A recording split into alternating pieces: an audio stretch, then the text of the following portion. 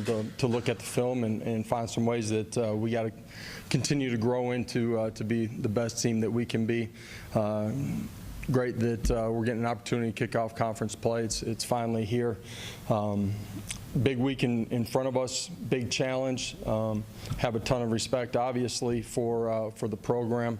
Everybody that's involved over there, know a lot of them. But it's a football team that's playing really well. If you look at them defensively, doing a great job really in every category, applying pressure to the quarterback, sacks, turnovers, and being extremely good against the run. Offensively, got dynamic playmakers, young quarterback that's playing really good football, and they do a really good job on special teams. So huge test for us, opportunity for us to go on the road in a really good environment, and at the same time have an opportunity to put our brand in front of the entire country. Open it up. Questions? So you go back into Norman. Have you thought about the emotions when you walk into that stadium? Yeah, it'll be unique. I had teammates and friends back there. They hit me up a little bit early. They were starting last week already. It'll be unique going back into that stadium. It's going to be a viewpoint. I'm not sure I've ever spent a day on the opposing sideline inside of that stadium, not even for a scrimmage. So it'll be different, but it's one that I'm really looking forward to. There's so many people that have been a huge part of my journey that I get a chance to go back and hopefully get a chance to say hi to a bunch of them. It starts with teammates. It's coaches that I had. It's a lot of coaches that I coached with. There's a lot of personnel that's still there. Guys that I coached. Guy that was in my wedding. There's a lot of people back there that I'm familiar with and have a lot of respect for. You mentioned him a second ago, but what impresses you about Jackson Arnold? About Jackson? In general, he takes great care of the football. I think he's got great command and presence in what they're doing offensively. He has the ability to use his feet to make things right. That can be when the pocket breaks down, design quarterback run, read game.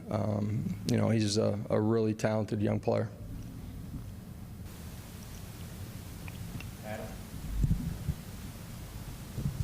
How comfortable are you with the Oklahoma questions this week? I know you like to focus so much on your team. I thought I handled the first one really well. So I'm good with any question about Oklahoma. Like the opportunity that I got, from Bob and from Mike to come there and play, what we were able to build there in a short amount of time as a player. But then my coaching career, from the guys that I played for to all the coaches that were there during my career, all made a huge impact on me, and I wouldn't be here today at Tennessee if I didn't have all of those experiences. So tremendously grateful for all those people, and Brent is somebody that I learned and grew from as a young coach so much, and a ton of respect for him. You spent a lot of game days there. Your players haven't. What should they expect in terms of atmosphere and crowd noise at Oklahoma? Should be a great crowd. It's a passionate fan base. I'm expecting them to be extremely quiet for us out of respect to me and our program too. So.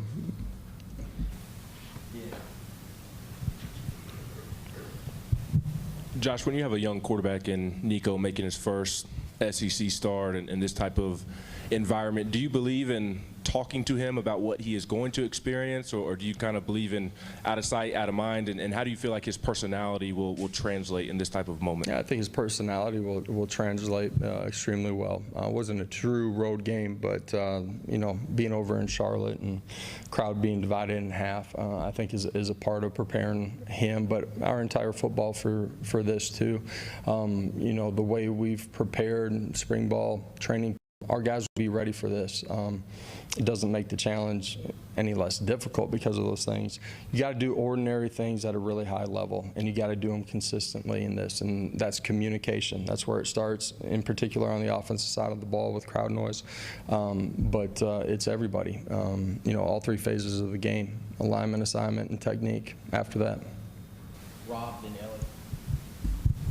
Coach, just how beneficial do you think it's been for you to play so many young guys, so many snaps these first 3 weeks, maybe compared to previous years? How much of a luxury? Yeah, certainly we've been able to play a lot more guys than we have at any point. A big part of that's our roster. The opportunity that every young player gets, they're only going to grow that much more quickly with those experiences on game day. Practice is awesome and it matters, but those game day experiences matter too. And to understand what it looks like, what it feels like, and where you got to continue to grow. So it's been really important to us here in the first 3 weeks. The depth of our roster and the experiences that they have is really important as you get into conference play. What do you anticipate to be the biggest obstacle your team will face coming up this week? Yeah, I don't think there's just one. First of all, on over margin, they got really good personnel. So this is a really good program. The instant page. You guys got an extended look at Payton Lewis. What have you seen in terms of his progression? Is he someone that you would trust for meaningful snaps? We do trust Payton. Payton's gotten better every single week. Coming off of the injury, getting the opportunity to grow on the field during training camp, he's gotten better every day, and he's gotten better every week during the course of the season. I love what he's doing as a young player.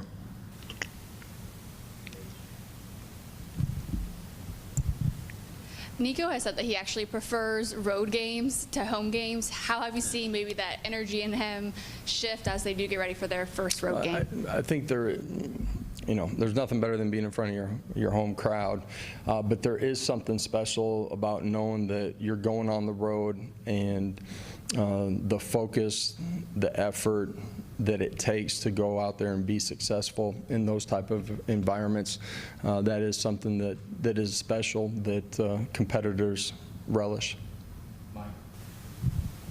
Yeah, Josh, you referenced with Mike Matthews being able to go to a 4-wide set. Yeah. Week before, a lot of 12 personnel. Is this just the depth showing up in more versatility offensively now at this point? Yeah, depth in your personnel gives you the freedom, the luxury to do more things, and that can be within your scheme, but it's certainly within our personnel groupings too. The first couple of years, we really primarily played 2 tight ends. Within the structure of what we do, that limits how much exposure you want those guys to have in 12 personnel. A year ago, we had, I think, 6 scholarship wide receivers, got guys banged up. With our roster now, you have the ability to go into a 4-wide set and go play really, really good football in it. Eric and Trey. Josh, I think through 3 games, Oklahoma's had about 10 takeaways. What have you seen on tape that allows them to be so aggressive playing defense? Yeah, 10 is the right number. Their front really active. They play tight coverage on the back end with all the structure that they show you on the back end. They play really assignment sound. They understand where they're supposed to be in recognizing patterns and getting into windows. They tie all 3 phases, all 3 levels of the defense in extremely well. And then when you have the ball in their hands, they're extremely active, punching, ripping, putting their hat on the ball. They've changed the way the game's played with a lot of those turnovers.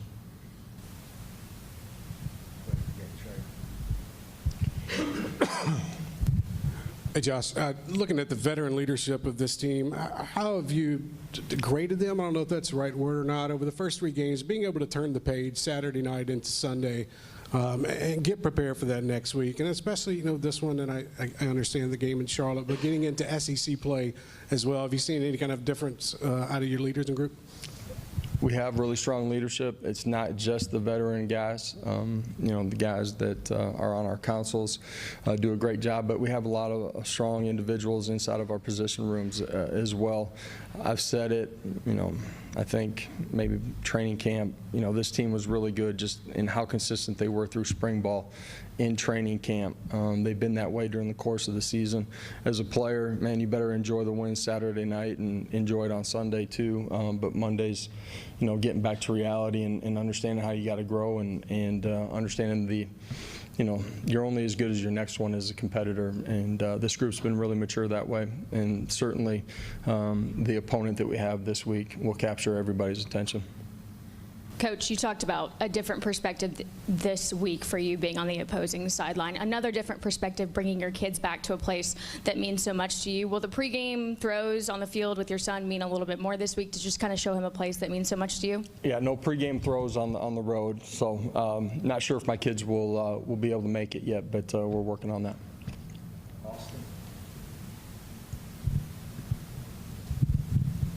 Josh, it seems like you guys really like Jermod McCoy and Ricky Gibson a lot out there at that corner. What have those two guys done, to establish themselves, and what sets them apart at this point?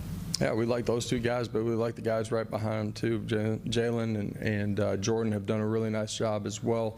Those guys are playing really good football. They're playing with fundamentals and technique, but they're understanding, the contour of what they're seeing on the offensive side of the football, being able to play with an anticipation of what they might see, playing really good football. Coach, what's it like coaching against the guy that you worked alongside with and Coach Venables for a few years at Oklahoma?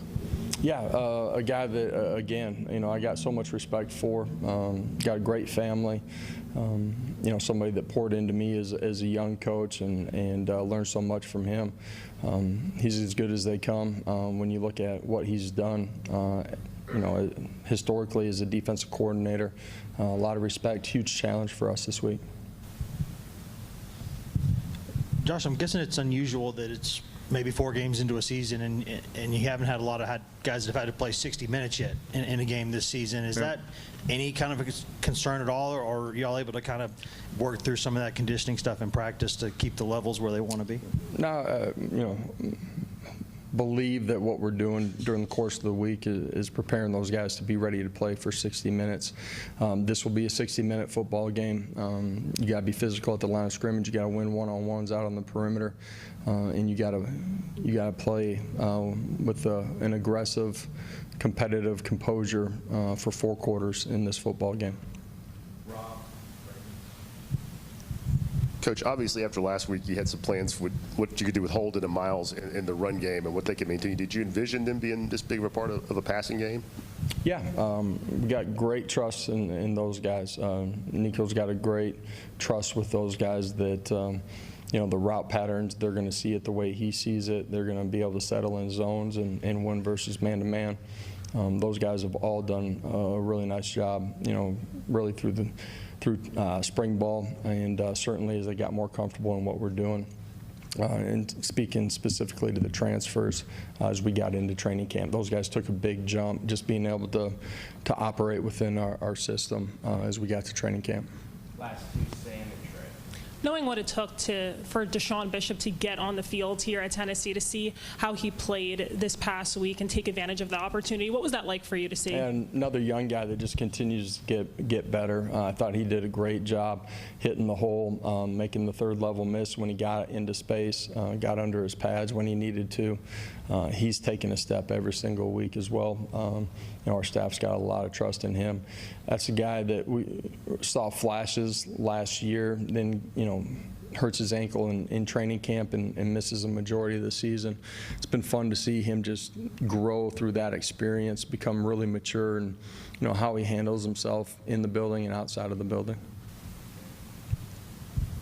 Hey, Josh, first true road game of the season in helmet communication. How much is that going to be a factor this week in practice for you guys to work on, especially backup plans?